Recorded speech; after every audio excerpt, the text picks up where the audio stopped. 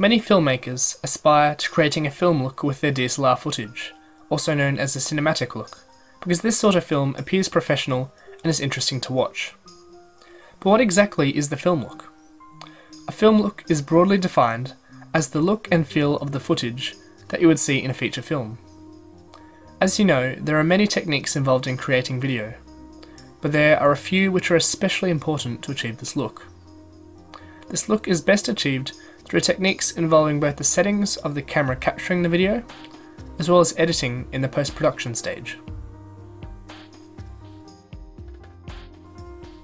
Creating a film of some sort starts with the camera, so it makes sense that the camera settings are especially important in controlling the look of footage.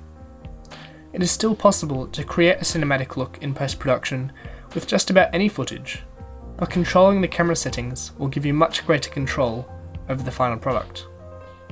First up, make sure that the camera is operating in manual mode to allow for complete control of the settings. In most Canon DSLRs, this setting is called movie exposure, so make sure that this is set to manual.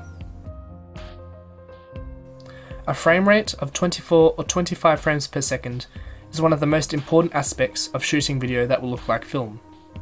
The frame rate is one factor that changes the amount of motion blur in footage, and this is why it is so distinctive from other formats.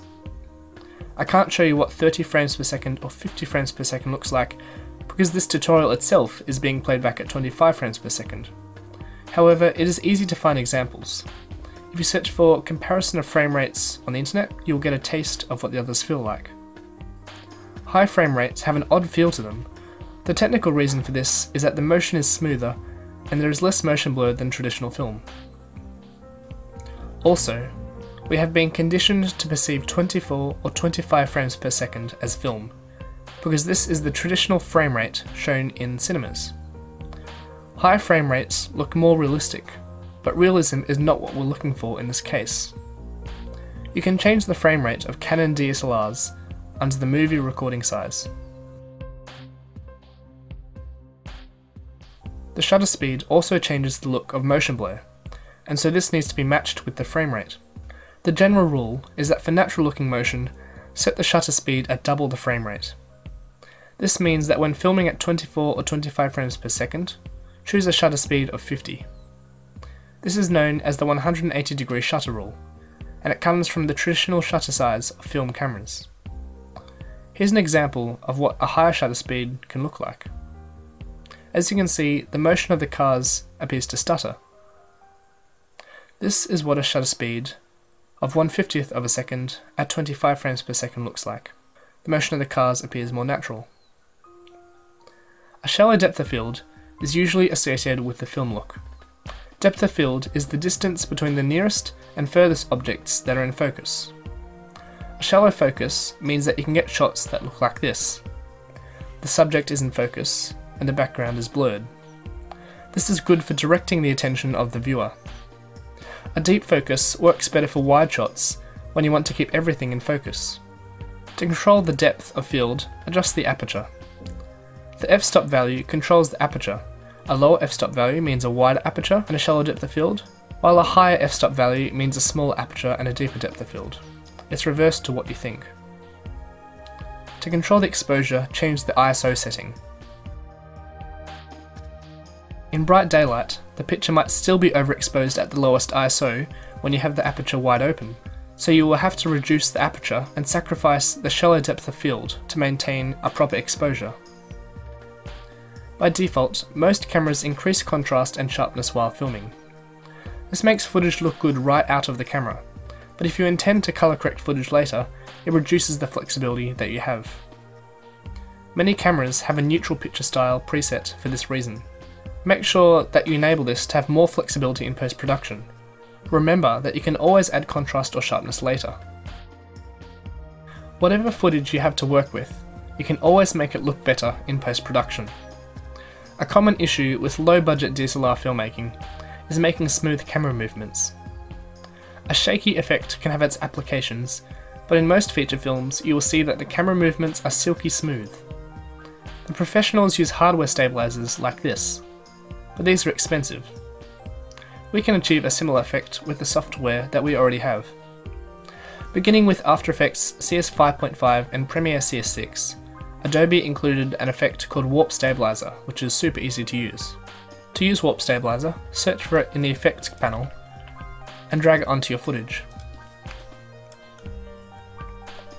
It will start to analyze the motion in your footage and then try and stabilize it after it does some processing. Keep in mind that it could increase render times a fair amount and that it usually reduces the resolution slightly. In some cases, artifacts appear when the footage is too shaky. Sometimes lowering the smoothness in the effects control panel can help, but this could just mean that the clip just isn't suitable for stabilization. This effect usually works great without any tweaking, but you can adjust the settings for your taste. The smoothness control does just what it says. It controls the amount of smoothing applied. Along with stabilizing the footage for smooth motion, Warp Stabilizer can also make the camera look completely still. To do this, change the motion result to no motion. This is helpful for shots that should have been done on a tripod but weren't.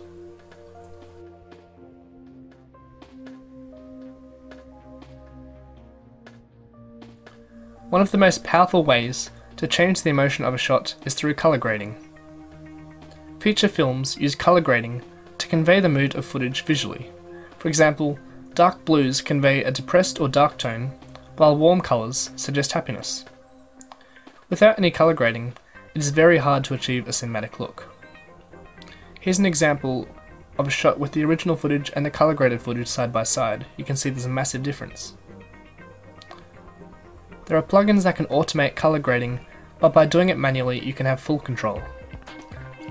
Some useful tools built into Premiere and After Effects that will effectively grade your footage are RGB curves and three-way color corrector.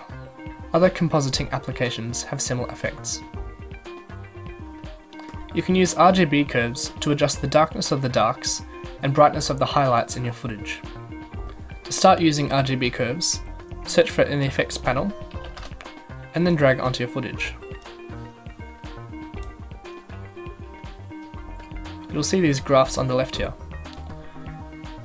Basically, this graph shows the highlights and the darks of your footage, and by adding a point to it, you can change the response of these different areas of your footage. A popular cinematic look is to have the darks darker and to make the highlights even brighter. To do this, add 2 points to your line by clicking on it. Bring the bottom point lower and bring the top point higher to increase the highlights.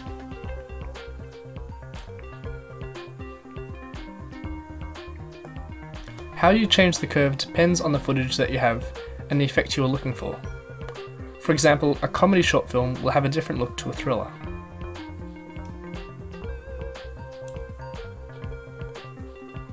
The three-way color corrector effect can change the color tone of the darks, mids, and highlights of your footage. To use it, search for it in the Effects panel and drag onto your footage. Once we scroll down here, we can see there are 3 circles for each of the parts of your image: the shadows, the midtones, and the highlights. A popular cinematic effect is to make the shadows a blue hue and to make the highlights a warm colour. So to do this, we drag the circle in the shadows to the blue part of the spectrum and move the highlight circle into the orange and yellow part. There are an infinite number of ways to colour grade footage, so it's best to experiment and see what you like. You will notice that most films are not framed in the same aspect ratio that most DSLR footage is. Standard video from most consumer cameras is in the 16:9 aspect ratio, also known as widescreen, while most modern films are shown in the 2.35:1 ratio, also known as ultra widescreen. There are numerous ways of achieving this ultra widescreen effect in Premiere, but the easiest way is adding black bars to the top and bottom of the picture, also known as letterboxing. You can achieve this by making an image mask yourself in the right aspect ratio, or downloading this image, also in the description. After importing the image to Premiere, you can use it by dragging it to a video layer above your footage. It will then mask off the top and bottom with black bars. That's all there is to it. One of the drawbacks of this method is that you lose the detail at the top and bottom of your image, so it's best to decide if you'll use this format before you start filming so you can keep it in mind when you frame your shots. So that's the basics of achieving a film look with your footage. There isn't one right way to developing this look, and there are all sorts of plugins and overlays that you can apply to help the effect. As always, the best way to learn is experiment with the tools that you have, because you don't always know what you want until you see it.